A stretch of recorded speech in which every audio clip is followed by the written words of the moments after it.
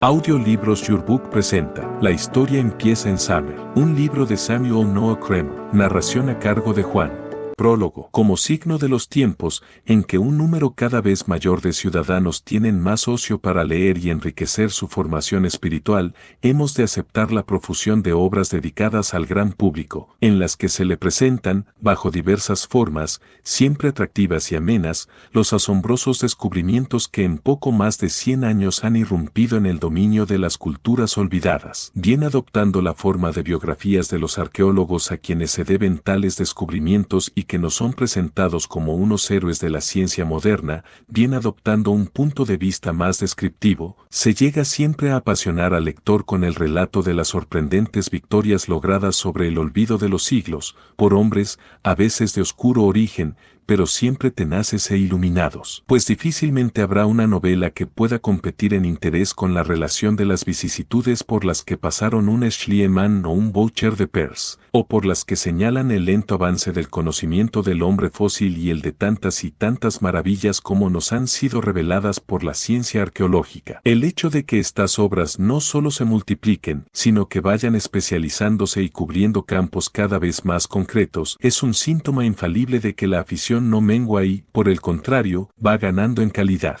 Algunas de tales obras, las que abrieron el camino precisamente, se deben a la pluma de literatos famosos o de simples reporteros o periodistas en quienes los especialistas admiramos la habilidad con que logran presentar los más áridos hechos científicos, combinándolos con los datos de la vida privada y el ambiente en que cada arqueólogo se movió. Como he dicho en otro prólogo a una obra del mismo carácter y de gran difusión, esta habilidad y el éxito de público consiguiente provocan una cierta molestia en el especialista, que se ve desposeído de la popularidad que podría ser uno de los frutos de su labor. Por fortuna, en el presente libro nos hallamos ante un caso menos frecuente, que nos halaga de manera extraordinaria y que parece ya darse con cierta reiteración en los últimos tiempos. El caso del especialista que quiere y sabe presentar a la masa de aficionados o de lectores profanos totalmente en la materia, sus propios descubrimientos y los de sus colegas. La obra tendrá así el doble valor de contribuir por una parte a la divulgación de un tema histórico poco conocido por el lector corriente, y por oída,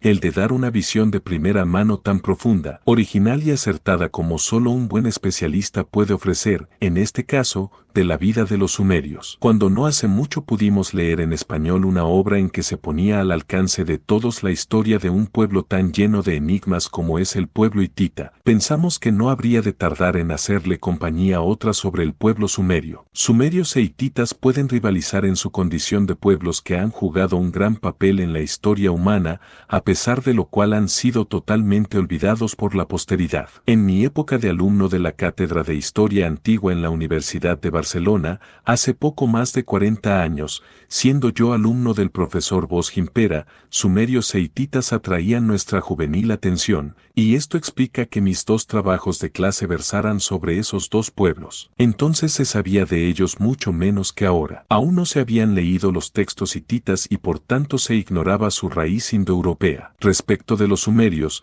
las excavaciones francesas habían popularizado la serie de los patesis de Lagas y empezaban a vislumbrarse las dinastías anteriores y el remoto pasado predinástico. Para nosotros, pues, que habíamos seguido los comienzos de la sumerología, la lectura de la obra de Kramer ha constituido un auténtico placer y nos ha permitido cuenta de lo mucho que se ha progresado en este campo durante el último medio siglo. Kramer ha sabido hacer un libro ameno e instructivo, tomando solo parte de lo que sabemos acerca del pueblo sumerio, esto es, comentando los textos que en buena parte él mismo ha estudiado y traducido. Este libro no pretende ser una historia del pueblo sumerio. ¿Acaso se le pueda objetar que el autor no nos haya dado, aunque fuera en forma resumida, el esquema de lo que sabemos ya y de lo que ignoramos todavía de la historia de Same, aun reconociendo lo claro del brevísimo esquema que Jean Botero nos presenta en su excelente prefacio a la edición francesa? Falta también el auxilio de la arqueología para la reconstrucción de la vida de este pueblo. Pero tales objeciones están fuera de lugar, pues nunca el autor se propuso escribir un manual de historia de Same. En realidad pretende mostrarnos, nada más y nada menos que la raíz de nuestra civilización, tan engreída e inmodesta, se halla en la tierra de Same, que fue ahí precisamente donde por vez primera el hombre organizó la sociedad y tuvo la preocupación por problemas que han sido la base del pensamiento en todos los tiempos, problemas filosóficos, cosmogónicos, éticos. Esta feliz conjunción de elementos étnicos, cuyo origen esta obra no trata de dilucidar, con raíces culturales diversas, sería según el autor la simiente fecunda de la que brotaría el árbol de la cultura moderna de la humanidad. Para demostrarlo, aquel no tiene más que alinear esa serie maravillosa de textos, en cuya invención o lectura ha intervenido en muchos casos, disponiéndolos hábilmente para mostrar su honda significación. Y así se nos ofrece el panorama de las ciudades sumerias organizando su vida en todos los aspectos, y conociendo por vez primera los problemas políticos y sociales de una humanidad que acababa de salir de la primitiva etapa de la caza y la recolección, problemas de libertad y tiranía, de paz y de guerra, de precios y de tasas, de impuestos y gabelas de toda clase, de un código penal y civil, de dioses contrapuestos, de gobiernos sacerdotales, etcétera, etcétera. En la imagen de lo que fuera la vida en aquellas primeras ciudades, asombra el encontrarse con tantos rasgos modernos que justifican la impresión de la proximidad de esos milenios tan lejanos para el profano, que todos los prehistoriadores experimentamos. Naturalmente, la tesis defendida por Kramer, la de la primacía de Same en orden al comienzo de la historia estricta y a la génesis de nuestra civilización, será cierta si se puede demostrar que las culturas del Valle del Nilo y del Valle del Indo, para citar solo dos de las que mayor atención en este sentido merecieron, son posteriores a la Sumeria. Y esto nos lleva a una vieja polémica, siempre renovada, sobre el foco de origen de la revolución neolítica, que, al crear el urbanismo y permitir el ocio de algunos ciudadanos, inicia la aparición de problemas y soluciones que se han mantenido, con caracteres bastante semejantes, hasta la época actual. En general, cada especialista en alguna de las ramas del orientalismo defiende la primacía de su respectivo país de estudio en orden a la formación de la civilización moderna. En especial, muchos autores han defendido la prioridad de Egipto, basándose en la cronología más alta que el Valle del Nilo nos ofrece para sus primeras dinastías. Y Egipto tuvo también, desde muy pronto, una escritura perfecta e independiente de la cuneiforme usada en Mesopotamia. Es este un tema muy interesante, pero cuya discusión no corresponde a este lugar. A pesar de que el periodo protodinástico egipcio parece algo más antiguo que el protodinástico mesopotámico, la mayoría de los científicos se inclinan por una primacía asiática en la revolución neolítica y urbana. Pero cuando se quiere precisar en qué comarca del occidente de Asia tuvo lugar dicha revolución, trascendental hasta el punto de poderse considerar como el arranque de la historia moderna, las polémicas se encienden de nuevo.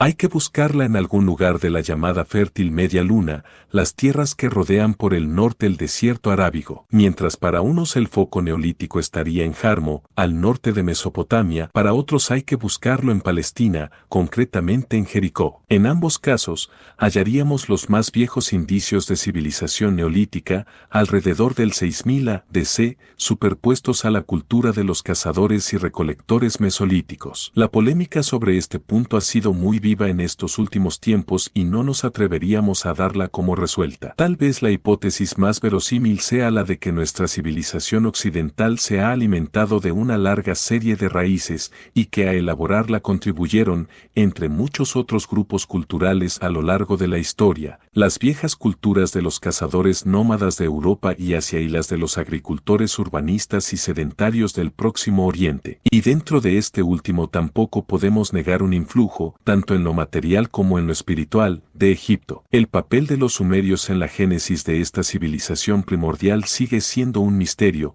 como lo es todavía cuanto se refiere a su propio origen, relaciones étnicas y verdaderas raíces. Pero su país histórico, la Baja Mesopotamia, era inhabitable cuando ya Jarmo, Hassuna, Tal el-Af, Jericó y tantos otros lugares conocían las primicias de la vida urbana. Con lo que acabamos de decir se podría objetar el título de la presente obra, ya que no se puede defender si no es por un sumerólogo enamorado de su campo de estudio, que sea precisamente en Same donde surge esa primera fase de lo que podemos llamar historia en sentido estricto. Y, sin embargo, creemos justo el título que Kramer ha dado a este libro, pues todo lo que los semitas y presemitas de Palestina, Siria y norte de Mesopotamia realizaron en el orden cultural durante los milenios B y V antes de Cristo, tuvo su más perfecta y orgánica concreción en las ciudades sumerias, que en los milenios 4 y 3 antes de Cristo nos dan a conocer sus dinastías y sus conflictos, que parecen el primer modelo de los que han llenado la historia posterior de la humanidad. Puede decirse, pues, sin que se pueda tildar la frase de despropósito histórico, que la historia comenzó en Same, que aquí encontramos los textos humanos más antiguos que nos dan la imagen de gentes preocupadas por problemas de todo género. Solo en algunos aspectos, Palestina y Egipto podrían competir con el país de Same. Sin duda, el lector no habituado a la historia de Oriente quedará asombrado ante la modernidad de los aspectos de la vida sumeria tal como resultan de esos textos incontrovertibles que Kramer maneja con sin igual soltura y perfecto conocimiento. Hay ciertos elementos de nuestra civilización actual que tienen su raíz directa en esa vieja sociedad que la presente obra nos muestra. El fijarlos con precisión alargaría demasiado este prólogo, pero cada lector puede meditar sobre las páginas que siguen y realizar como un ejercicio en que recapitule cuáles cree que son esos elementos que nacidos o desarrollados en las orillas del Tigris y del Éufrates siguen vivos en nuestra vida cotidiana. Siempre hemos sostenido que uno de ellos es cuanto se refiere al régimen financiero, con impuestos, tasas, sistema bancario y de intereses, etcétera, etcétera. Pero hay muchos más, algunos de orden espiritual y acaso trascendentes, pues no se ocultarán al lector los problemas que plantean los textos sumerios en relación con la Biblia. Otra consecuencia sacará también el lector, la de que no ha terminado la etapa de los descubrimientos en las tierras mesopotámicas. Cabe esperar hallazgos de nuevos archivos, con textos que completarán los que ya poseemos. El progreso en el conocimiento de la escritura y de la lengua permitirá aclarar numerosos párrafos que hoy nos resultan oscuros en los textos, y esperemos que los descubrimientos inevitables en esa maravillosa historia del Próximo Oriente seguirán permitiéndonos afirmar que la historia comienza en Same. Dr. Luis Pericot, catedrático de Prehistoria en la Universidad de Barcelona.